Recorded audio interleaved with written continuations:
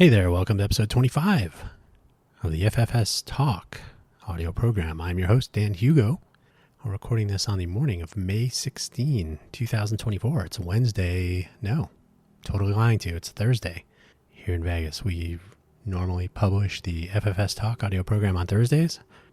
Now that I've spread out my week, I produce 4 separate different audio programs each week. I have moved one of them from Friday, which had 2, to Tuesday, so it makes it a little bit easier to work on episode content and not feel so compressed and sort of rushed.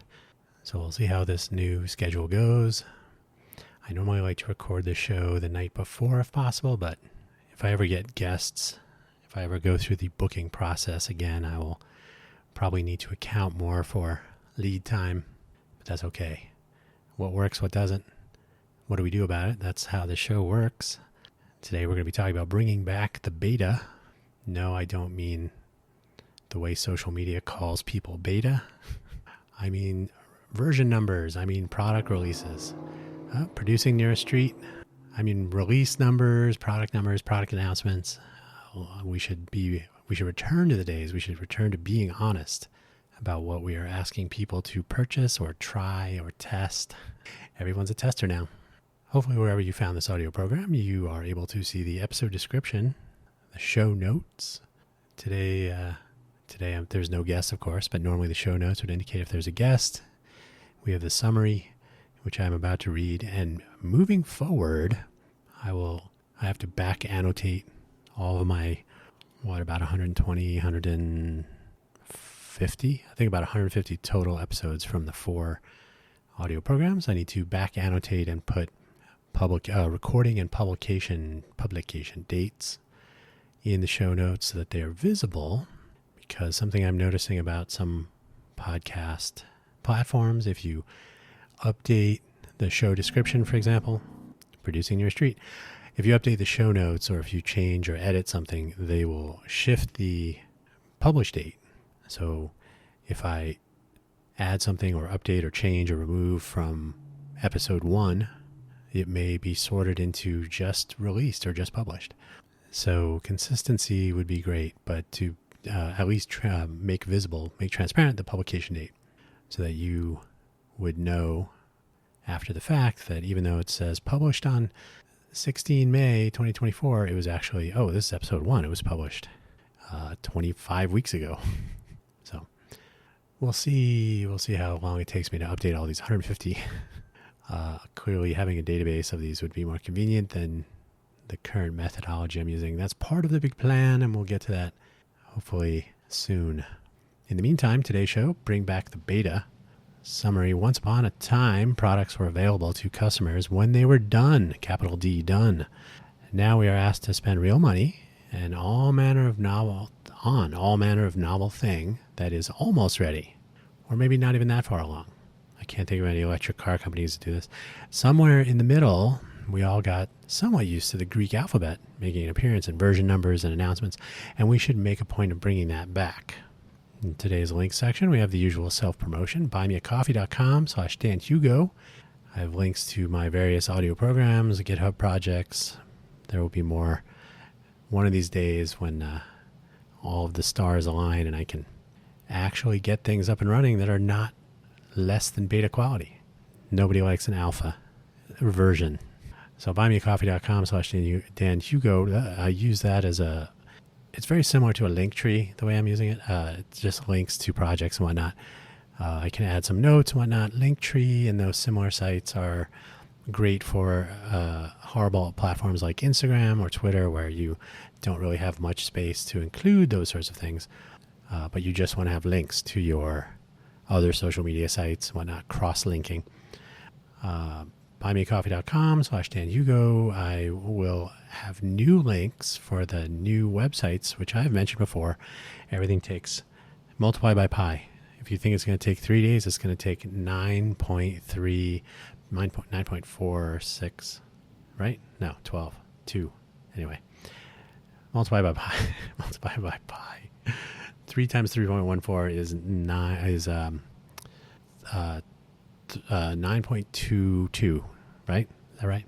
Anyway, I need another cup of coffee, clearly. Also, self-promotion, Dan's coffee.com page, ko-fi.com/Dan Hugo. I have to be honest, I really haven't kept up with that one, but I will use that as sort of an announcement element.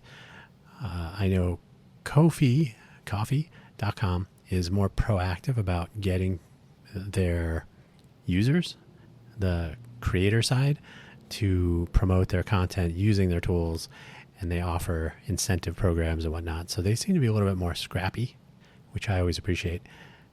So I need to find out I always tell people I work on projects 24 hours a day, and then at night I try to catch up on these other things. So I'll get Ko-fi.com better situated in my world domination plans. Apropos for today's show, 3 simple Wikipedia links. 1, the history of Gmail, of all things. Today, Google Gmail, has become, I want to say it's an 86% market share of email users, probably not senders, with bulk mail services and Constant Contact and Monkey Mail or whatever. What is that called? Is it Survey Monkey? MailChimp. MailChimp is one. MailJet is another. There are plenty of bulk mailing services for marketing and surveys and whatnot. But I think from a consumer standpoint, they have 86% control of the email market, which means they get to decide what spam and who gets what email. It's pretty awful. It's a nice set of features. They take a lot of the workload away from small businesses. They don't have to manage their own mail, but boy, do we pay a price for that. Kind of a pain. I use Gmail. Innovate for Vegas Foundation has a free, for public charities, Google Workspace account. So does Cafe Genius. Not free, but it is what it is. There are things that are better, but they're just not as easy. So we pay for it. But still, the beta process, the early days of Gmail are more interesting than the modern times. So that's what we'll talk about today a little bit. There's a picture, there's an image on Wikipedia, the next link, of the old Gmail logo. It's literally the Google Mail beta logo image. It has the word beta right there in it. Not even a Greek letter B. It says beta in all caps, which is the way things should be. Right there. Honest. No one even has to bust out their Greek alphabet. What is that, a B? Is that a stylized B of some sort? So it says it right there on the tin. It's beta. And not everybody knows exactly what that means, but they kind of have a sense of it. That gap might be important. Maybe we'll touch on that a little bit. And then, ironically, as luck would have it, what is beta anyway is the next link. It is another Wikipedia page, but it's a pretty reasonable rundown in the software development world in which I live. So this will not be only about software, but certainly it's very common in software because software is so, I will use this word very carefully, easy to update and distribute to people. You see this mostly in software, but it's a software release life cycle. So beta, technically, or in the common jargon of software product management, program management, beta means something is feature complete. That means we're done making changes to the way it works. We're done adding, removing, right? What we have here is the product or service, whatever it is, but it's probably buggy. It probably doesn't function completely reliably, or it doesn't do everything expected with some unaccounted for scenarios or inputs, or So the idea with beta is we're no longer changing it. We're only going to fix what we have so that it works when people try to use it. So it doesn't crash. It doesn't delete data. Data loss, by the way, super high priority issue. That's always something to fix unless you're a big company. Then you fix it later eventually.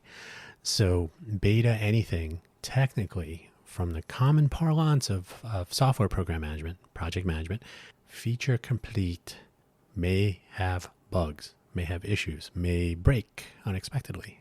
So beta, technically, feature complete. When we look at the Gmail extended beta, when we get down to that item in my notes, we will see that they called it an extended beta, but they were continuously adding and changing everything. Technically alpha, but that would be too confusing. So beta is more trendy, I suppose. But alpha means, hey, we're going to continue to add features and break things and break more things and then add more features and break those too. And eventually we'll take over the market. It's the end of the link. So let's get started. First, what does done, capital D, done mean? I have had this conversation with people over the years, especially when I was talking to food truck people.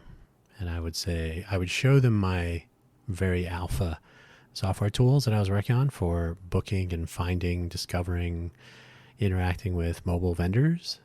And I would say, and they're like, hey, when is it going to be ready? And I would say, well, you've just seen a demo of one or more features that are still in development. Would you rather me release it to the world, not done? Or let me put this another way. Would you cook a hamburger or a pork chop or whatever, pasta? Would you cook it halfway and figure, close enough, and hand that through the window to one of your customers? And they would say, no. I would say, okay, then. We understand each other. So there's been a sort of a disconnect in the world, but there is a big difference between something that's done and almost done. Sometimes those differences are critical. There's a time and a place for half done. It may be cookie dough when you're putting it in ice cream or something. But if it's half done and not done at all, and you are sampling a product or service, there are testers and tasters, maybe both, and there are people that have expectations that this thing that I'm going to try or taste or smell or drink or eat or whatever may not work. And when things don't work, I might write it down so I can tell the developers, the scientists, the chef, whoever. I can say, oh, hey, by the way, this is broken. And they will say, oh, thank you. And wash, rinse, repeat. Right? So keep doing that. Hopefully the product gets better. Your testers and tasters, and I'm being overly broad, but going for the consonants, these are people, often people. Sometimes if you're doing pet food, maybe it's a dog or a cat or something, but you're looking for that feedback without releasing it to the world. And there is a time and a place for that. The scope of your testing and tasting, the people, you have a small group. So while that might be useful to contain the damage, if you have something really awful, that's not necessarily good from a science perspective, from a population survey sample. For example, when they do trials on vaccines or other medications, or it doesn't have to be a vaccine, but it could be any sort of a treatment or a therapy or anything that involves medicine. There are multi-phase trials there, because you don't really, even though it does happen, you don't want to release a medical device. You don't want to release a medical concoction that you are unsure of, right? Beta is not a good term to use for the, like, hey, we have a beta ECG. It kind of works. It mostly beeps when your heart beats, mostly. So yeah, there's a time and a place for these things. Usually it's in a controlled environment, and that means the people in that population know that they're, hey, welcome to our new menu trial. Some of these items may not taste good. They may need different seasoning. You tell the people up front, or they have this expectation, and then they're not surprised when things are not great. They're not going to run over to Twitter or Yelp or TikTok or whatever and like, oh my God, I tried this unreleased menu item during a test phase and it was awful. Like, that's what you tell the chef. And then they say, oh, let's fix that. And then they fix it. So the public never sees the mistakes in that case. So that's one way to do things, and that can be a little bit expensive, and it can also be a problem if you are in a really competitive market, if you are really hoping that your product will win the day, and so you must launch it before your competitor or competitors, especially if you're a small company playing in the bigs, and we're seeing that today in 2024 in the AI space. Everything is AI. That was a... It was a mildly amusing joke that, what's his name? Sundar Pichai, I believe, right? From, is that Google? I don't mean to mix names up. Nadal is Microsoft, right? Pichai, totally, this is calling an audible here. Google, CEO Sundar Pichai. Thank you. So Sundar Pichai gets up on the stage at some point during Google I/O, which was just this week. And he says, boy, I've heard the word AI. Have you ever heard that so much? How many times have we heard the word AI? And they allegedly have on the screen, their tools have been listening to the presentations and they've heard the word AI, or that is AI a word? I don't know. They've heard the utterance AI, and it has a counter. It says 120. And he says, boy, that's a lot of times to say AI or something like that. And the zero rolls over to a 121 times. It gets a good laugh. Okay, that's humorous. Sort of like a weird dad joke. Okay, Sundar Pichai. So anyway, a big company like that, they got all their AI apps and whatnot. Probably Apple and Google will crush Humane and Rabbit. So Humane and Rabbit had to really get their product out the door. The Pin and the stupid Google whatever products, listening to voices.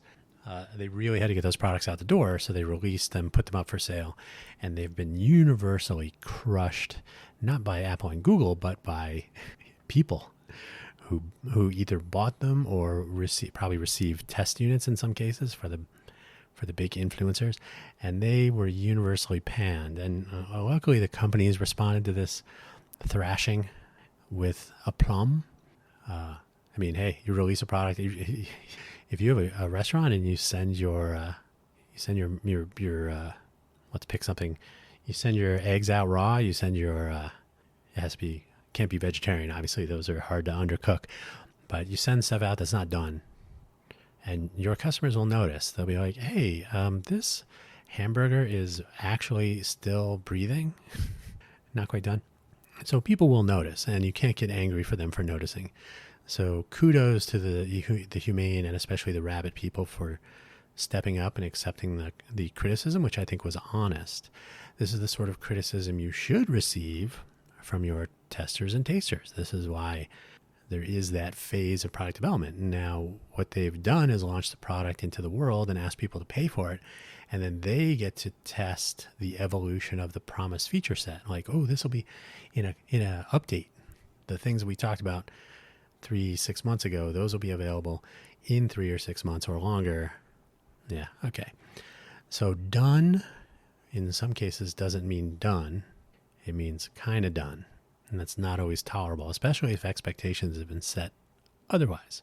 So without a clear understanding of what they are getting themselves into, the casual customer who is not an early adopter, early adopters have a certain pain tolerance, especially if you're a reviewer. You're going to maybe be surprised when a product is either so over the top in achieving their feature goals and with a product, or maybe a service is so amazing. Like, oh, wow, they promised 10 and they gave me 12. Or they promised 3 and I got 1. Whatever. Those are abstractions. So unless you're expecting that, so as a reviewer, you're like, okay, well, it doesn't really work. So that you're honest and you say it doesn't really work. You can add the word yet, but it's hard to promise the future when that was already promised months ago and here we are and it's not done yet.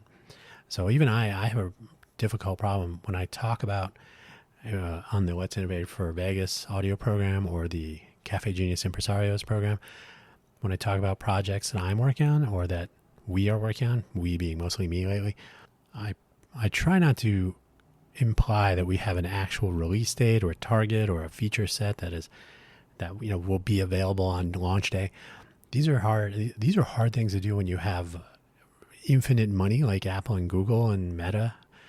They are nearly impossible to make good on if you are a all-volunteer organization. So it's really difficult to make those promises up front. But a casual customer doesn't always pay attention to these nuances. They're like, okay, I have a thing. I either got it for free, it's a free online service or piece of software or a thing on my phone or whatever, or I paid for it, which is even, I'll say, worse. It's more intense a response. Hey, this is not done. This doesn't do what they said it would do. I've been hearing about this for months and it sucks. The casual customer is the uninitiated, and they may not have the same understanding of how quote done applies. They may use it like a normal person. If you pop popcorn in your microwave and your pot, beep, done, okay, dump it out, and half of it is unpopped kernels, you're like, I don't think this is done. But sometimes that's the product as is, and you can try to make do. You can put it in for longer and burn some of the popped kernels, or you can try another brand. However, that would work. It might be your microwave. The customer may not be happy. They may be unhappy. And in the old days, they would tell their friends. They would give a negative review. They may even send a note to a newspaper, or who knows how that used to work. But today things have changed a little bit. In fact, today things are getting a little messy. I mentioned Humane and Rabbit. They launched their products. Rabbit was announced at CES. I think Humane announced the pin before then, sometime before then. They both came out in the March-April timeframe. I think like early April. We'll say April 1st. That's a good day to announce things. Neither was well received. A lot of hype, not a lot of sizzle, not a lot of steak, as the saying goes. The AI device space will heat up a lot, and I suspect that the likes of Google and Apple will have software versions of a lot of what Humane and Rabbit were offering. The Rabbit calls it the large action model.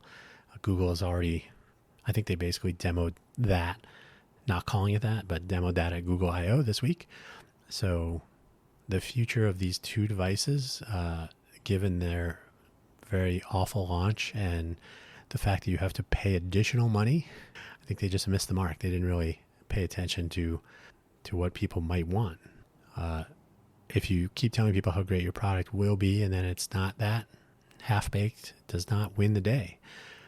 Real heavy things are leaving the factory in some not quite done state. Have you noticed that lately?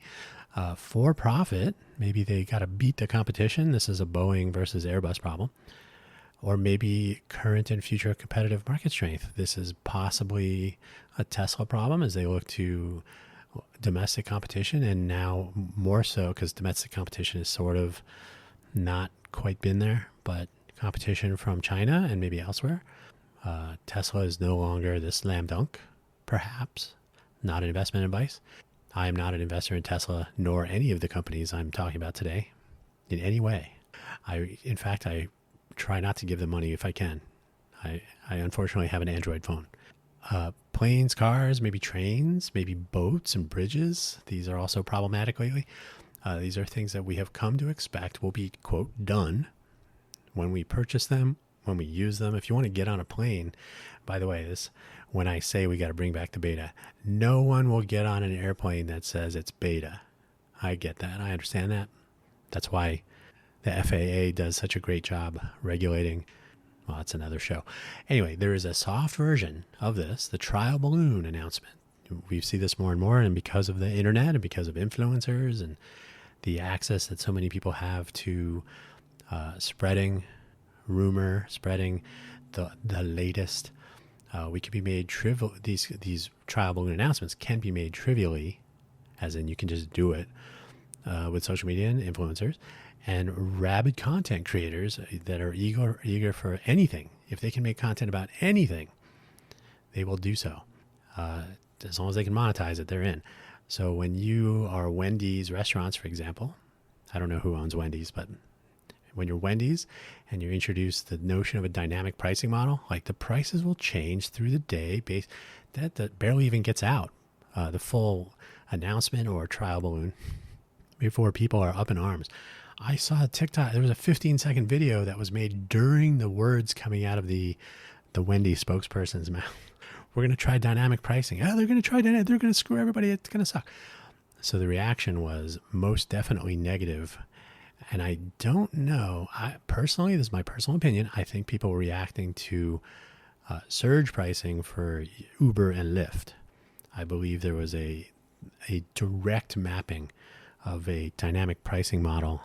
Like, what if I want more hamburgers, then at lunchtime the price is going to go up? Like maybe dynamic pricing was, we're going to lower the price at high volume times. Like if you come in during lunch and there's a line, well, you're going to get a discount, so it's worth staying in line, right? That would be another way of viewing dynamic pricing. Depends on what the profit margins are and when Wendy's, in this case, would tend to lose money. Like, oh, if we have a slow time during the day, we don't have as much food prepared. We're not ready for a surge crowd. So we'll keep the prices higher when it's normally less busy so that we have fewer straggling customers coming in. So we have a better idea of when maybe you align your price changes with typical meal times. Who knows? There was a lot more to think about, but there was such a negative reaction that they basically said, oh, we were just kidding. So that was sort of a beta announcement of a possible idea. And then they went, oh, no. Did we say that out loud? No. So that's another way to do things.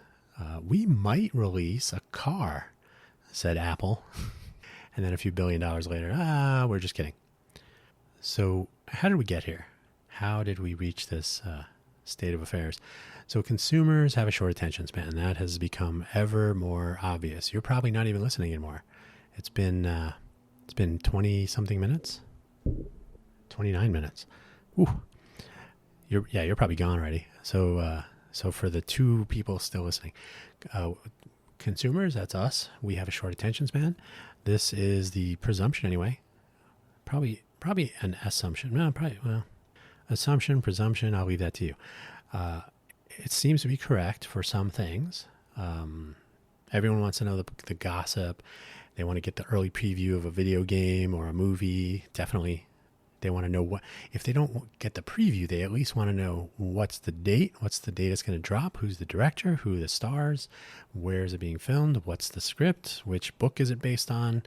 They want to know all manner of details, even though knowing those things doesn't impact when you'll get it. It's like, I want to know what I'm getting for my birthday. Well, your birthday is in 6 months. Yes, but I want to know now. So there's this lack of patience and the short attention span, and so that must be fed. I think there's a certain sort of outcome desired by feeding the attention, that short attention span, with tidbits. They might even be wrong. They might be trial balloons that you don't even think. But hey, I just want news about Wendy's. I don't care if it's ridiculous. I don't even care if I read it. I might not even understand it. I'm just going to react reflexively. So waiting is hard. People, I find this hard to believe sometimes. People want to know what the weather is going to be tomorrow, but we got to give people what they want. The weather could be drastically wrong, but as long as they have some sort of forecast, that's the important part. A competitive advantage is critical. So satisfying that hunger for the next thing can be a make or break proposition for small companies. And that's like Humane and Rabbit as 2 examples that I've used too much now. And even big companies like Google versus OpenAI, or Meta versus Google, or Apple, who's going to partner with whomever. And then there are multiple players. So, if Google was a monopoly, or back in the day it was Microsoft could do no wrong, and you would never get hired for choosing Microsoft, or fired. You never get fired for choosing Microsoft, and you had a lot more room to play with. You could do things that were silly, anti-competitive is another way of saying that. Now you have to worry about peer competition at multi-billion or even trillion-dollar valuation levels. So what is OpenAI? I can't remember what the valuation was. The Microsoft investment was, I think, 40 billion. I can't remember. But so Google's AI projects and products are coming up against OpenAI as a newcomer, but they are supremely well funded. And then you have other players that are not as well funded. And you have Meta dumping in their open source, quote unquote, open source, Llama and whatnot. So there's all kinds of activity in this space. So you got to keep up, whether you're small or big. If you're big, you have more money to spend on people to make mistakes. If you're small, you have less money to spend on the actual mistakes. So there's all kinds of excitement going on. Who wins? Customers who sit back and watch and wait and see which of the most exciting things actually come to pass and actually work. In the meantime, they can just be as excited as everyone else that, oh, so much stuff, so many things. And then the early adopters will get the products and they'll do review videos on TikTok and YouTube. And there's all kinds of drama. And who doesn't like bad news? Who doesn't like, what is it? Schadenfreude? How do you say that? I'm not even going to look it up, but you know what I'm saying. They want to see people fail. They want to say, oh, look at that. Google sucks. Oh, OpenAI isn't as cool as they said it was. Everyone is looking to find out if the chat GPT 4 letter O, which is not a Greek letter, by the way, is that fake? Did they have somebody just reading with the Valley Girl voice? All that stuff. So, but it's all about the competition. You got to drop your product first. You got to beat the other one, even though this will be launching soon in the future. This will be available in 3 to 6 months, but we're announcing it now, and you'll be disappointed later. But right now, you can be as excited as we are. Schadenfreude? No, I don't know. Anyway. So yeah, the competitive advantage, getting the hype, getting on the hype curve in the right way at the right time. These are all very important things to some. I personally like it when stuff works. I'm one of those, even though I'm an early adopter. Well, if 2 or more competitive products or services are in some sort of preview or demo or presentation, now do note, ChatGPT 4 letter O was announced the same week as Google I/O announced their products like Gemma, Gemma 2, Astra, all kinds of cool names. Great. So they both had, obviously OpenAI had to get their stuff out first. And by the way, I did see somebody write an article about how OpenAI was open source AI. I thought that was comical. That is absolutely incorrect. But oh well.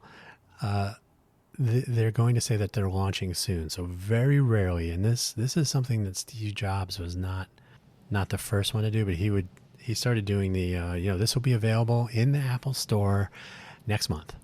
Now, gone are the days of and it's available outside the show, the lecture hall, the theater, the presentation space. You can walk outside and buy one right now. Those are harder to pull off. But if you have that competition, if you need to get your product out, lest your stock price drop, lest people forget about you, the new shiny thing is over there, but we have to announce our shiny thing here, even though it won't be shiny until attaching any sort of indication that one or the other, or both, will not be done. So if you have 2 competitors, if you have more, one or the other or both will not be done, quote unquote done, that's capital D, when they ship is a disadvantage. So we drop that pretense. So there's no longer okay, your version 1 will be launching in 2 months of the Gemma 2 product, or ChatGPT 4o beta will be available starting, today's May 16th, so it'll be available June 1st, and it will be, beta. It'll be beta software, or maybe it's alpha. Maybe we're still going to be changing things. By the way, I don't know if you've thought about this. Language models, large language model based artificial intelligence products and services, because technically they will always be learning, they will always be adapting their knowledge base, right? They're going to train on new documents, they're going to add documents to the set of documents on which, new facts, they can do the RAG, they can do all manner of things. So you're always going to be in beta at this point, you're always going to be in alpha. You're no longer feature complete because there's new information, new quote unquote capabilities, new abilities, new outcomes, new hallucinations, new bogus information, lies, deception, all kinds of stuff. So it's going to be even more interesting. We're going to launch a product in 2 months, but it will never actually be done ever. Everything is not software. This has become a bad habit. So I've been in the software development world professionally for 31 years. There are a few tricks we play in the software development world, made so much easier with internet and connected computers and cloud services. So gone are the days of having to ship people updates, sending out floppy disks or CD-ROM. No, you can just dial in and down. Oh, now you can just access a website. Now we do over-the-air updates. So now your update is waiting on your phone or other connected device, and all you have to do is say, do it, update now, restart, and then you cross your fingers. We can update our bugs and add new bugs just as easily as releasing the first buggy version, right? So no, I'm talking to you, Google, Android.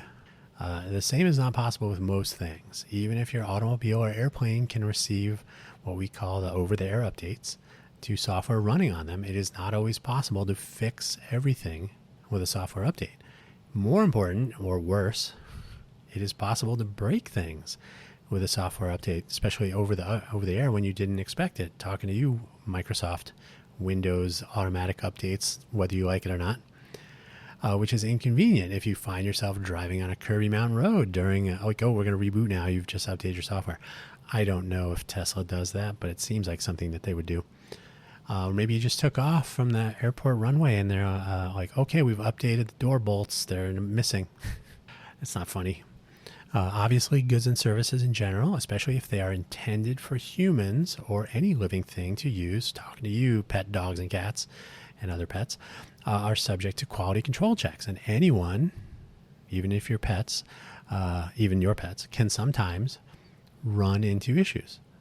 Maybe the dog food is junky, or maybe this batch contains some contaminants like E. coli or listeria or some awful things like this. So quality control checks could fail after the fact. Like, oh, when it left the factory, it seemed to be okay. Maybe we forgot to check that one day. Maybe we laid off the people that were checking for foodborne illness that we ship in our pet foods because, whatever, pets are strong, right? They sometimes run into issues, and if our culture has become used to substandard behaviors and disappointing outcomes, we may not even know to follow up. We may just say, oh, my pet got sick from this food. I'm going to post it on TikTok or other social media and just tell people, and that'll be that. And it's unsubstantiated. Like, my dog had this dog food and got sick, and so don't eat, don't consume, don't buy this dog food. And then without doing any research, the company is not in the loop, so they may say, hey, wait, our food was fine. Nobody else got sick. Like, oh, yeah, my dog ate a bug, and the bug had just crawled through some chocolate or something. Who knows? So without that connection of the customer with the people or companies making things, without the sort of the notion that, hey, if I find a problem, I should tell them because I bought this, I paid them money, and it caused harm. It did harm. It caused headaches. It caused illness, maybe death, unfortunately. Hope not. Or maybe it just didn't taste good. One time, I want to say, man, a very long time ago, my sister sent a letter to a company that was making some food product, and she said, hey, this food product, I purchased it, and it was, I opened the package, and it wasn't like bad, but it had gone through a temperature change so that some elements of it had crystallized, so it changed the texture and the taste and whatnot. So it wasn't poisonous, it wasn't dangerous, but it just wasn't of the quality expected. And this was due entirely to the way the product was handled during shipping. Probably when it was stored on a loading dock somewhere, it got too warm or too cold or whatever. So this is just a customer experience issue, probably a quality control issue during the supply chain links and all the steps that things go through nowadays. So they sent her a bunch of free stuff or coupons or credit, something. They said, oh, thanks for telling us. Thank you for your trouble. And here's the upgraded version of these products, right? The higher end, the more expensive, less likely to be crystallized, whatever it was. I want to say it was like an ice cream topping or something. But anyway, if you take the time to point it out, and this should be as easy as possible. Everything is now on the internet. You should be able to visit the, ice cream topping website and say, hey, this happened. I'm going to send you a picture and a video, and here's my TikTok and Instagram rants about it, and whatever. And the company can respond with very little. There's almost no actual effort involved with this. A customer experience can be improved, and maybe some sort of thank you for taking the trouble. Here's some credits, some bonuses, some coupons, some promotional whatever. Tell us your address, and we'll ship you a case of whatever it is. So there are ways to accept feedback in a useful way, even if your product has been shipping forever. It's not even beta, or maybe it's always beta. But B, so you accept this feedback and hopefully make use of it. But B, you reward is not quite the meaning I'm looking for, but you compensate people for their time and effort, right? It takes time and effort to, first of all, put up with a disappointment of any product, and then two, to actually figure out how to, where do I send my feedback to, and then to actually do it, right? So that's 2.5 steps, or maybe 3. And so if someone takes the time to do that, the least any company can do is, fire back some sort of a reward, which is not a great word, but something that says, hey, thanks. A, let me make up for the bad purchase, and B, make up for your time. So this is not rocket science. When something, even if it's been done for a decade, but when a change occurs in that supply chain, or a new supplier of some component, or a packaging change, or whatever, someone takes the time, they report the problem, the company learns. Maybe they learn a little bit of we didn't account for that situation, that scenario. So maybe they've made their product a little bit better, et cetera, et cetera. That's fine for shipping products, but when you have a brand new product, you're not a reviewer, you're not an early adopter, you're just some normal person. The product has been out for 6 months. You read the reviews, everybody said, oh, okay, it's gotten better now that it's version 2 software update or whatever. And then you buy your thing, and then you're like, oh, it didn't work with my other thing in my use case. Like, oh, we didn't account for that. Sorry. So I think people lower their expectations for some products, especially the cutting edge, the newest shiny thing, especially in the tech sector. They wouldn't have the same sort of patience if they went to a fast food restaurant and it took more than 2 minutes to get their properly cooked hamburger and chicken sandwich or whatever. They'd be freaking out. Where's my burger? I want I got cold fries. And certainly there have been in the news people that don't handle that situation well. Unfortunately, they have firearms near them and all hell breaks loose. So people are completely disconnected from I spent $5 on this thing, or in some places $25 on this, hamburger or whatever, and goes nuts. But hey, I spent $500 on this cell phone, or that's old news. I spent $1,000 on the cell phone and it doesn't work. I guess I'll just wait. I'll just wait for the software update. So expectations have been kind of broken, and what people do about it also somewhat broken. So we can just call it beta. Everything is beta. So back in 2004, it was on April 1, 2004, Google announced, they didn't launch, they announced a Google Mail, Gmail beta very, very softly. They didn't make a giant thing of it. In fact, later, because people thought it was an April Fool's announcement, they actually had made and you can read about this on the Wikipedia page I linked to. They made an announcement that they were going to offshore Google workers. So this announcement was real. That'll teach you, April 1st. It was a real announcement. And then in March, sometime they started doing beta invites to, I think they said it was 1,000 people. And then they got some invites to send to their friends and family to be beta testers, early trials, right? So you needed an invite to get from someone. I received an invite from someone I knew from Silicon Valley days. I had just moved to Arizona. I had moved to Arizona 3 years prior, but I was about a year from moving back to Silicon Valley. But anyway, they were visiting me in Phoenix and said, hey, I'll send you a beta invite. I got one from Google. Oh, okay. So that's how I got my first Gmail account. I don't know if that's good or bad. And it said beta right on the logo. So I linked to their original logo. It had the word beta spelled out in the logo. And it was always sort of either implied or sometimes explicit, like, hey, don't forget, this is a beta product. So they found out eventually people were using it as their primary email, which, why not? Technically, email should, as a base product or service, it's text. It should be received and put in an inbox file. That will always work. When you're doing other things, okay. If you lose data, but at the core, any email service should be sticking with core, or what is it? First principles. Like, make the email work and then add features to it. Don't put the email working at risk. So that happened a little bit. So fair to say that it was not a completed product. The beta ended in July of 2009. So that was like 5 years. And to their credit, they had the beta label on there the whole time. But technically, because they were continuously adding features and bugs and fixing problems, but adding more features during this window, it was really an extended alpha.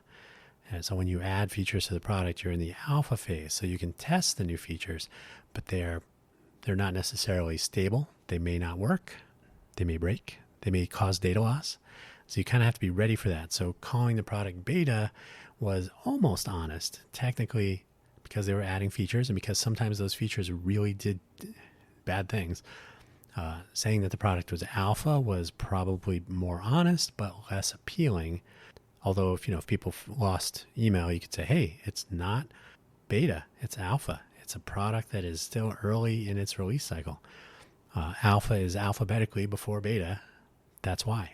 So interesting times. So let's be honest, though, most software is always going to be beta. I'm a software engineer myself, and I will tell you there's always room to fix or improve or change for the sake of efficiency or cost of deployment or whatever. There's always a reason to continue to fiddle with things. It's rare to find software, especially software, that's done. Hardware, it's a little bit easier to be quote unquote done, and then you fix it in software. If you're going to send a satellite out, if you're going to send Voyager 1 out a couple billion miles away from Earth, it should be done. And then you find a little software error with bad memory. And when you're able to fix bugs over billions of miles, that software team definitely didn't get enough credit or stock options. The gold record should have their pictures on it, definitely. When the aliens come here, they'll be like, hey, which team did this satellite thing? We want to hire you guys to do our stuff. So yeah, kudos to them. That is definitely some forethought went into launching what is essentially a beta product, right? Feature complete. We're going to send it out in space. We're going to have to fix some things over the life of the product. And that was launched in the 70s. I don't remember the exact date. So I was launched in the 70s. I should be working as well as Voyager 1 is. Throughout a product life cycle, there tend to be new features added, or things change, or new scenarios are encountered, bugs are identified, quote unquote fixed. This doesn't happen with food often. If you went to a restaurant and you had a meal, like if you went to McDonald's and you had a Big Mac, and you're like, oh, okay. By the way, Big Macs when I was in high school working at McDonald's were $2.65. Why do I remember that? Don't know. So when you go and you buy a Big Mac, then the next time you go and, hey, this is different. Like, oh yes, we revved our menu, which is true. This really did happen. Okay, well, hopefully the menu is better. If you want to find out what happens when you change your menu and people don't like it, you can call up Coca-Cola and see how that new Coke went. So you have to make sure that your menu changes at biggest restaurant chain in the world levels don't completely put people off and send them back into Burger King. Burger King, by the way, not as good as it used to be. So it doesn't always apply to software. You can have these changes like, oh, we launched a new Big Mac. If that tanks, if they're new, they have a couple of new menu change, same menu items, different preparation methods or ingredients or something. If those end up failing, if they see a dip in sales, they'll just switch back to the old one. What does that do to customer experience? What does it do to customer expectations? It's challenging, but because we have just come to expect that things will change out from under us, features will be removed, bugs will be fixed, the new bugs will be introduced, things will break, we'll lose I lost my contacts. For the longest time, that was just a fact of like, oh yeah, I didn't have any backups or anything. Like, it's the 21st century. You should be backing up those contacts. So there's an expectation now, or maybe a malaise, or maybe we're just overwhelmed with so much stuff changing all the time. There's a certain amount of complexity that we don't grok, so that we're not sure. Oh, did the Big Mac change? Okay. I'm dealing with all of my technologies around me, my phones and tablets and laptops and cloud services, and my subscriptions are all now I was subscribed to Hulu, but which is now Disney, which I guess is now Max or or something. I know I'm paying a lot more money than I used to when I just had one cable, for example. So yeah, we are inundated. We are hit with a fire hose of stuff changing. And when stuff doesn't work, it's like, okay, it doesn't work. Maybe it'll work tomorrow. Maybe it'll work next week. Don't know. I know even though I'm fairly technically inclined, in my career, I've been a tester, as I've referred to earlier. So I know to expect that things will be broken. You got to figure out why or what's going on.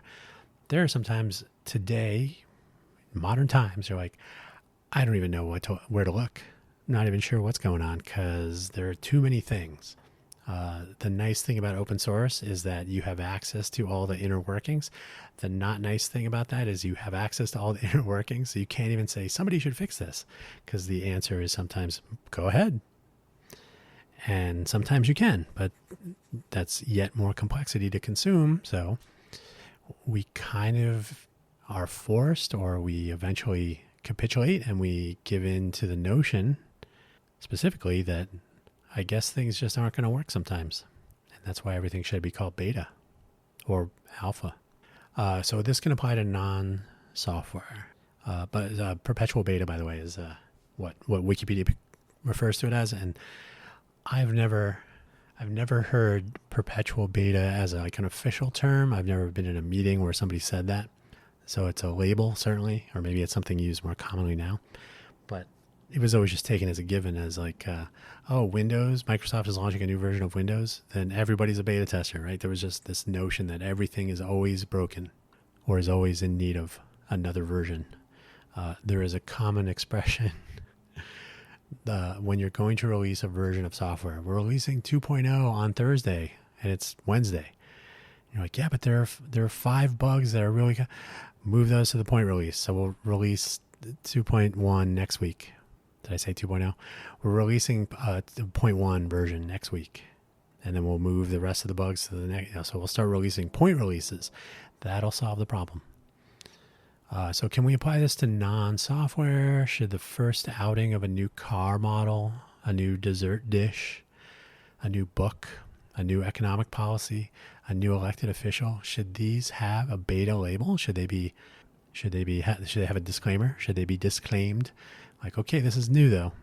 May not work as expected. We may encounter issues, and a fixed version, point release, will be coming out next week. That would be kind of funny. I don't think it would be as practical, but it would be funny. So let's bring this back. That's my resolution to this. Well, it doesn't work.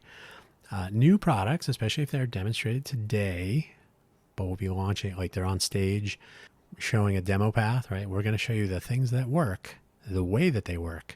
And we're not going to show you the things that don't, because that's a lot. So we're going to be launching in 2, 3, 6 months, maybe a year, or maybe if you're Elon, we're looking at you, Elon, maybe 5 years. Almost certainly reach launch day in some incomplete form. So even though the demo path was fine back then, even that might not work anymore. Cybertruck. So when you reach launch day, probably not quite what people were expecting based on that announcement or demonstration. So this is not just software. This could be anything. It could be when you're building a building. If you're in, who was building? Is it Saudi Arabia or some other? It was a UAE. They're building that I can't remember the name of it. The 100-mile long linear city or whatever it was. That's not going to plan, right? So like, maybe this is not going to work. We had a lot of cool graphics, artist conceptions of what this could look like, but maybe it's not going to plan. This happens. This is how, I referred to weather earlier. I think you can predict weather 5 days, 4 days, 5 days. Anything out beyond that is pure speculation. Might as well wager, put some money on it. If you're right, yay. There's a time and a place for expecting launch dates, but those are rare because things take time, and sometimes the time it takes is not as planned. I said earlier, multiply by pi. That's usually some sort of weird constant, an irrational number for an irrational plan. So it's going to take 3 months, probably more like 9 point something, maybe closer to 10. I'm not going to try to multiply pi again right now. Many companies and some individuals may not want to label their thing as a beta. I said earlier, Boeing is certainly not going to launch the 797 beta. They'll launch it, but they won't call it that. Perhaps we need to enable a public label process. So even though the company doesn't call it beta, a preponderance of the evidence, there might be a general understanding that if the wisdom of the crowd says your thing is beta, that is that. It is beta. And if Boeing's 737 MAX, the MAX 8, whatever it is, and all of their other models, and the, what is it, the Spaceliner, Starliner, the spacecraft, if these things are feature complete but still buggy, and people find out and they say, hey, this is, you shouldn't really need to write massive tomes on this or that. You say, hey, the 737 MAX, beta at best, probably more alpha. There should be a general understanding like, ooh, maybe we shouldn't fly it until it's not beta. And then we should find out when it's not beta. How do we know it's not beta? So if that label were understood, to have that general meeting across different product types, whether it's a game on your phone or a spacecraft or an airplane or a car that you're about to put yourself and your family in, or a bridge that you're about to cross, or a boat that's about to pass under it, or any nuclear reactor, a city, a linear city, a train line that you're going to build to Rancho Cucamonga and change the world. All these things should have some sort of expectations, and when the expectations are not, this is a done capital D product, version 1 done. It should be, okay, version 1 beta. That should be an instant flag, like, oh, okay, if I do choose to ride the train, the what's it called, the Bright Line from Rancho Cucamonga to Vegas, and it's a beta, like, okay, but it might break down halfway. You might have to get out and walk a little bit. It may not make it all the way to the Las Vegas station. When you get to the Las Vegas station, the roads are not complete because road construction in Vegas is always beta, possibly alpha sometimes. Always a work in progress, never quite working as we would hope. So you may have to walk 2.3 miles to the strip or whatever it is. So a lot of things would be maybe easier to understand, but would also provide a standardized, the realm of standard. Like, hey, the world has branded the Apple Vision Pro as a beta product at best. Enough said. Like, but it does, yeah, but it's still beta. The preponderant, like 97% of respondents agree, beta. And by the way, you never buy Apple version 1 of anything because Apple releases beta version 1s, doesn't call them that. But then, and I worked at Apple twice, Apple is very good at learning from their various products. Apple's had many failures, and they always learn something. And so they come back with, the Newton product line, not great. That was a product of the Apple Advanced Technology Group or something, ATG, Apple ATG, I think it was. Yeah. By the way, they were in R&D 4, 5. They were where the Newton Group was. And so when I worked at Apple the first time, I went on a tour that they offered, even us contractors at the time. Some very cool stuff. They were doing some very interesting, innovative things that they were able to demonstrate and show off. They were not demonstrating products. They were demonstrating projects, and they were research projects or experiments. So no expectations about shipping them. But they were showing off like user interfaces that had physics in them, so you could throw things and they would have an arc. They would have ballistic realism. They would have material properties. They would bounce. Like, oh, that's pretty neat. I don't know if it's practical, but it's pretty neat. And of course, that makes an appearance in things like the Vision Pro, or how objects are moved with touch or virtual gestures. So Apple's really good at this. Companies should learn to accept the feedback, to offer products that they can be very honest and upfront. Hey, this is version 1. Version 1 could be code for beta. Like, this is version 1. Version 2 will be our proactively learning from your feedback. So don't be a troll. If you want to give an honest review on feedback and it's totally negative, okay, but help us fix those problems by being honest. Okay, great. So a general understanding that we are already returned to the beta releases and so on. Is your self-driving car self-driving yet? Full self-driving? You get to find out, and you're going to test it on people that are crossing the street in front of you. So there are those testers and tasters who will provide feedback in some controlled way, which is useful during product development, product design development. But what if we had a proactive population that understood the value of co-creation?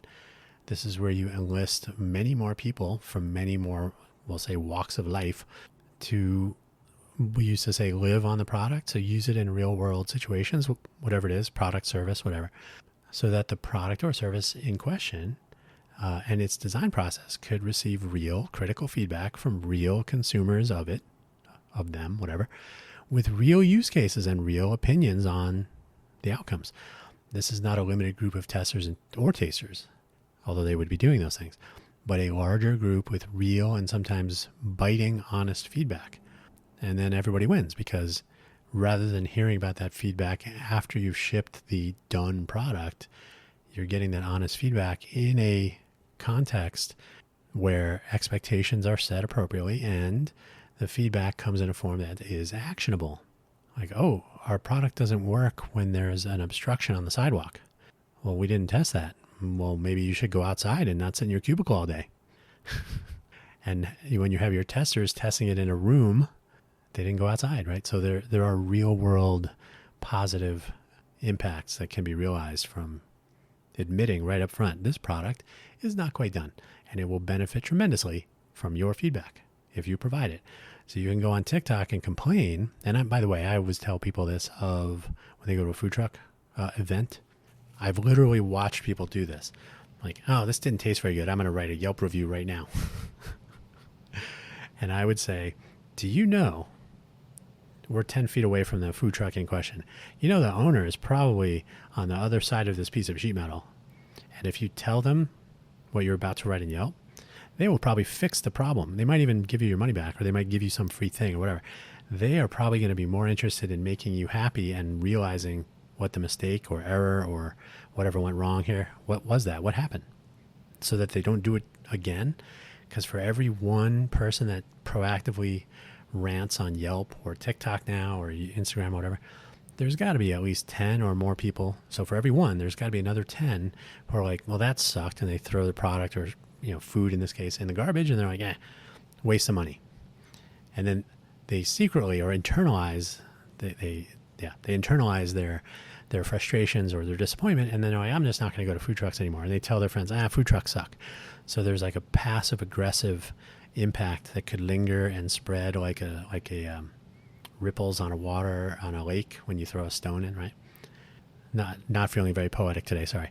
So the impact of listening to that feedback and taking proactive action and making product decisions, service decisions with real outcomes where people who took the time and spent the energy would say, oh, they fixed the thing.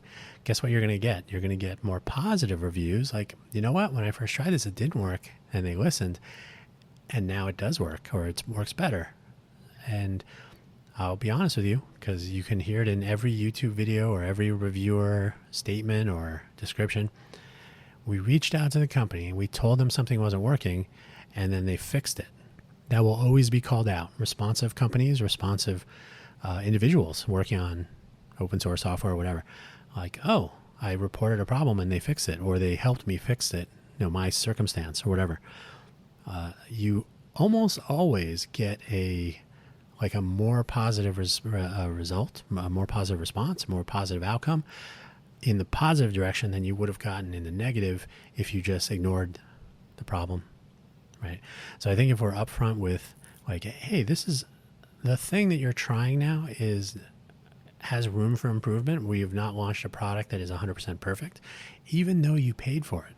But if you're willing to take the time to tell us when things are not right, when things don't work as expected, or whatever the case may be, but if you tell us, we're going to fix it, and we're also going to thank you for your time and effort for making our product better with us. So I think if we are generally more upfront about the fact that our version 1 of whatever launching in 3 months is actually going to be version 0.9 beta, and we hope that it's that far along in 3 months. But if we set those expectations and proactively listen and we hear what people are saying, and by the way, those could be people or dogs or cats or snakes or whatever product we're selling for whatever intended user, if we take real feedback, like, hey, my dog loves your new food, except for they don't eat the they don't eat the green clovers and blue diamonds. Like, oh, well, maybe those don't taste right. So the little things, the big things, they can all make a difference if people understand that, hey, I paid good money for this. Yes, but we're going to listen to your feedback, and we're going to address issues, especially if they really become problematic for a lot of people. Like, ooh, we missed this one. Let's fix it. Get that fix out as soon as possible. When you are responsive to identified and reported issues and you fix them, I believe, I think it's been shown in some cases that there's a more positive response than there would have been negative. I will say more than once I've heard this. Food truck person, food trucks have a very tight margin. If you're new to the food truck game, they're tighter than restaurants just because your restaurant is already very tight on making profit and staying in business, with the added complications of like, oh, our transmission could fall out of the vehicle. So we may not even be able to get to the place to do the business, much less stay in business.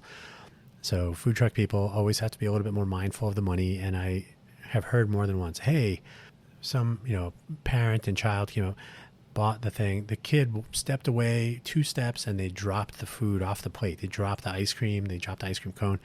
Should I give them a replacement? Should I, not a refund necessarily, but should I replace the item? Was the main question. Should I give them a new one? And my response was always, do you want it to come back? If you don't replace it, you're going to get a negative review.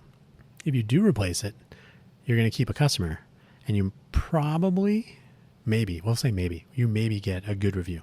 Like, oh, the food was good, and they replaced one, they dropped it, and you're always going to get called out for doing the right thing. You're always going to get called out for doing the wrong thing, and you'll probably get called out for doing the right thing, especially like, man, I'm glad I got to taste this. I dropped it on the ground. They gave me a new one. It was amazing. I'm going to bring my friends back. The value of that is much larger than the loss of that replacement item. So something to think about. I love living by a road so I can produce with sound effects. So finally, we're coming to the end, I promise. Keeping secrets. There is one thing that doesn't work. There's one way. There's one way that doesn't work if the thing that you are building, the product or service in question, must be kept secret, or some intellectual property must be kept secret, or you don't want to spoil the surprise of your launch date. So there's like a mystery stealth mode coming soon. Has to be secret as long as possible. Sometimes this is a real concern, but other times it's an expensive recipe for disaster. A startup company hanging their reputation, yes, I'm talking to you again, Humane and Rabbit, hanging their reputation on a single product launch with hype and excitement has a long way to fall if their product misses the mark. It happens more often than you might imagine, especially in the age of YouTube and Instagram and TikTok. Instant reviews. And now they have embargoes on reviews. So this almost makes it worse. You have a new product. Maybe the people that were testing the Rabbit had access to the Rabbit 30 days, 14 days prior to the actual availability for sale. So they had 14 days to use the product, write a review. So you have the embargo date. Say it was April 1st. Come April 1st, you're going to get all reviewers launching at the same time their product impressions, their reviews, whatever they're allowed to say on that day. So if you have a generally negative product review, talking to you Humane and Rabbit once again, all of the reviews on the same day are going to pummel you like a barrage of cows thrown at you with a trebuchet. I'm looking at you, Monty Python. So that doesn't always work out well, to have the secret and to keep things quiet, and you got the hype machine turning, but the reality is so far off the mark, and it all happens on the same day. And that can only amplify the destructive power, and it happens more often than you would think. Keeping a new technology or any kind of new idea secret during a beta deployment might be tricky. So beta deployments really are best deployed to an expecting crowd, right? Don't limit it to the few. Just say, hey, this is a version 2 is available. Version 3 beta, if you want to try it. And a lot of companies do this. There's a lot of open source products do this. I myself have been running, since I worked at Netscape. So what is that, 96, 97? I've been running Debian Unstable as my daily driver, as they say. So Debian Unstable Linux distribution, day to day, I'm not going to say no problems. Guess what? It's right there in the name. Debian Unstable. And if you want to go even crazier, there's Debian Experimental. But if you are not so crazy, there's Debian Testing. And if you really want to be on the trailing edge, but everything has been, baking for years, Debian Stable. So you kind of know what you're getting yourself into, and it's right there in the name. They have some code names for things based on what's the Pixar movie? Toy Story. Character names. So Sid, I think Sid is still unstable. I can't remember. I just say unstable. So keeping the new technology secret during the beta deployment might be tricky. Ultimately, though, it is worthwhile if the rewards outweigh the risks. So, in other words, you have a beta deployment. You allow people to use the product. The secret parts should not make or break the ability of people to try or to have the announcements be honest and so on. So maybe the secret part is not a part of the product as released. Maybe the secret part can be launched on a working product. So like, okay, beta test this functionality. This is the beta. The secret part that we've been really excited to show everybody is going to come out with version 1. So you've been testing the beta. Let us know that the parts that we can talk about work. And then we're going to release the cool parts. And that's like a little bonus for the people who do take the time to say, okay, I'll try your product beta version, whatever. I'll get a discount or, whatever the business model is. But we can look at Humane and Rabbit once again and their disastrous launches. They were keeping, they showed enough hype that people were salivating. Ooh, this is cool. But all of their product had to work because they were demonstrating all of their cutting edge, leading edge, cutting edge. The large action model that Rabbit is touting, the laser display on your hand and identifying objects with the cameras, both of them do that. All these things had to work. They couldn't have like a core feature set that was like, yeah, this is going to do a lot of things that your phone could do, but it's going to be different because it's going to be always on. It's going to be a wearable that you don't have to take your phone out and look down. So once those things are working, hey, we're going to start rolling out new cool features like, oh, now it identifies plant life and now it will properly identify currency. So if you're vision impaired, you'll know exactly which money people handed you, which was a Google Goggles feature from 10 years ago. So yeah, don't keep those secrets as a make or break for your product. You will almost certainly be disappointed, or your users will be. We can also look at Apple though and their Vision Pro, right? So that was hyped for over a year. Apple's going to be working on a Oculus killer. Apple's going to work on a VR headset that's going to blow people away. And then they launched the product and it's ridiculously expensive. And then people started saying, it's not really comfortable. Yeah, you can wear it on a plane. Okay, so I got to bring my thousands of dollars MacBook laptop.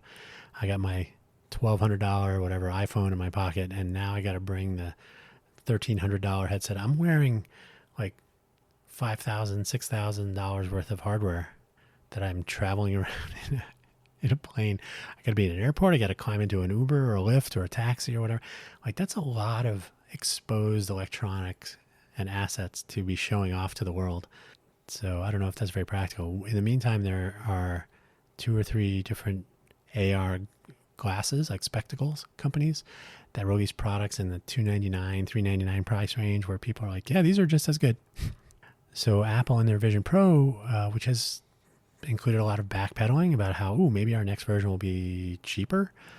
Maybe we're going to have a feature set reduced version. Oh, this was intended for developers, not for actual customer use. It's overpriced and it's been sort of meh.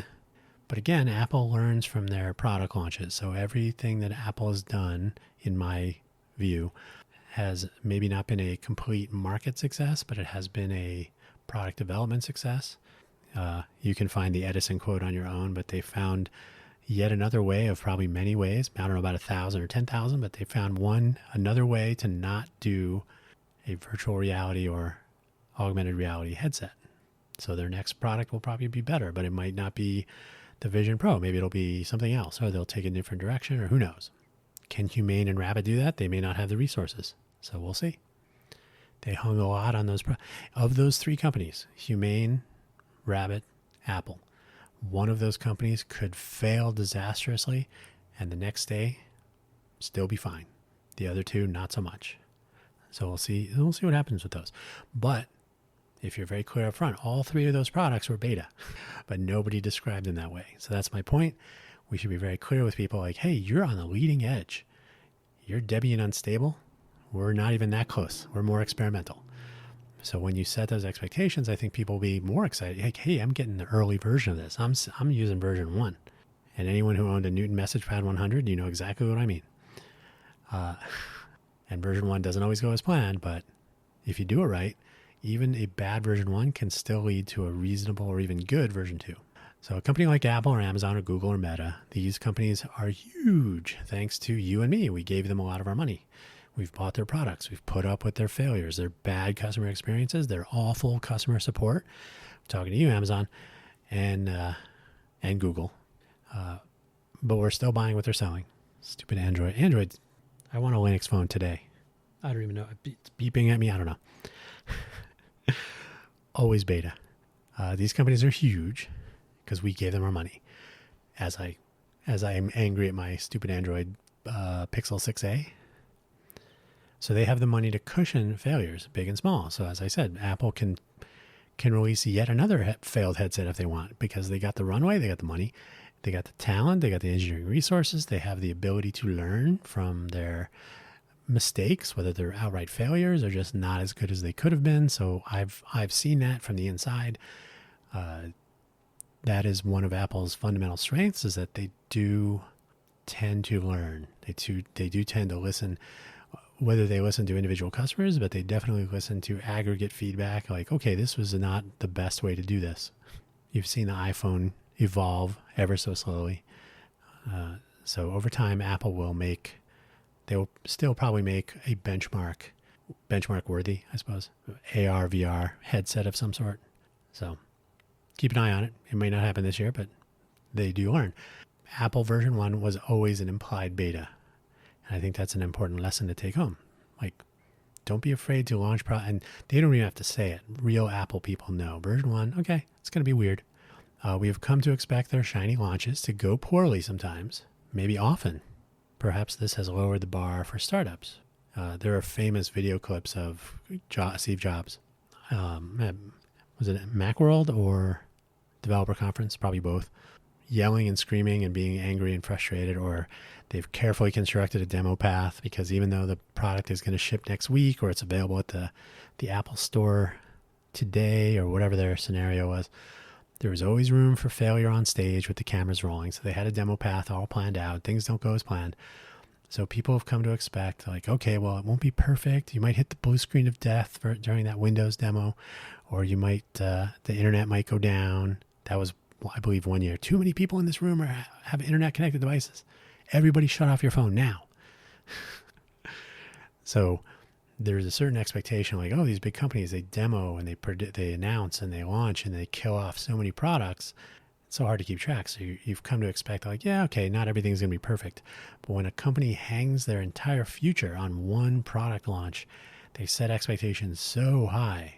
And even with the lowered bar of like, yeah, okay, it might not be perfect, and you come in so far below that the future of your company and entire tech, like, it would be if the launch of the Rabbit, which was reasonably priced without a subscription, if that product had launched any other time, and if they were upfront and said, okay, well, we got a version 1.5 of the software is going to come out in 30 days.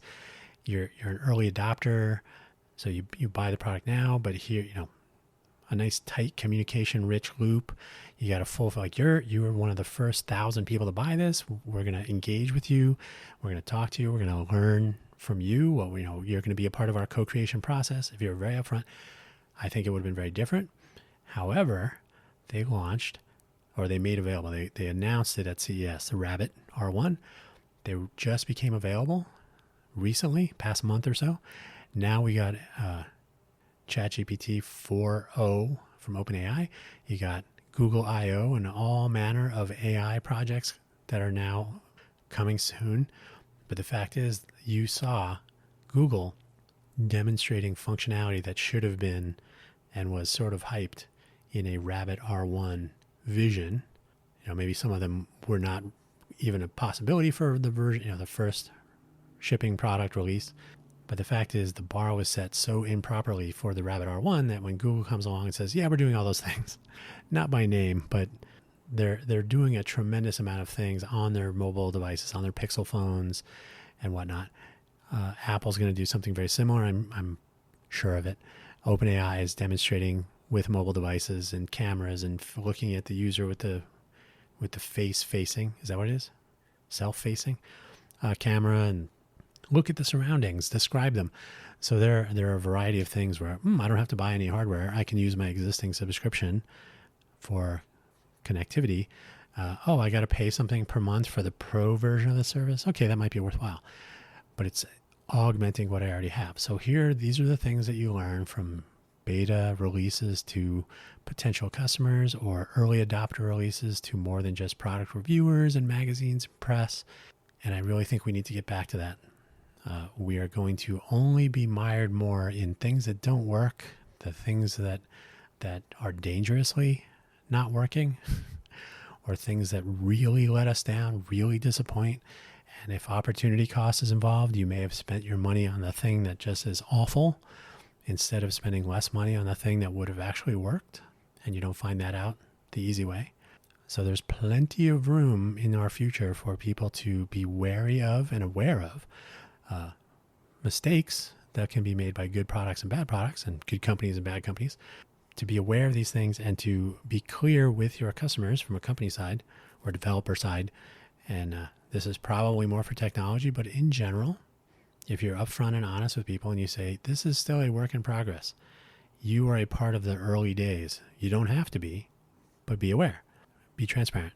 And I think we will be better for it. And I think even though Google is not a good example company today, the fact that they kept the beta tag, should have been alpha, for as long as they did, and we're honest about, we can't have everybody join all at once. And you can read in the Wikipedia page, which I take it for what it is. It's the starting point. If you want to learn more, keep reading after Wikipedia. They started out on, I think it was 1,000 Pentium 3 machines. Could have been desktops. That's not a lot of infrastructure. And certainly you couldn't run 86% of the email client market on those. So they started off small, they throttled their signups, and they were fixing problems and so on. So the Gmail days, unfortunately not a true indication of modern day Google, in my opinion, but I think they did a lot of things in an interesting and possibly positive way. Definitely useful to look at. Don't do full self-driving releases. Those are completely different things. That whole mindset is not the same. That is where I'm going to leave it for today. Call this episode 25 beta. Don't forget, buymeacoffee.com/Dan Hugo. I forgot to mention at the top, you are under no obligation to buy me a coffee. So I use that for what it is. There does happen to be a button that you can click if you want to contribute to the coffee supply, which is the one and only fuel powering all of these projects. Ko-fi.com, ko-fi.com/Dan Hugo as well. A little shameless self-promotion at the end of the show. You can always be a guest here if you want to talk about any of these topics or others. Stay tuned. Thank you for listening. Bye-bye.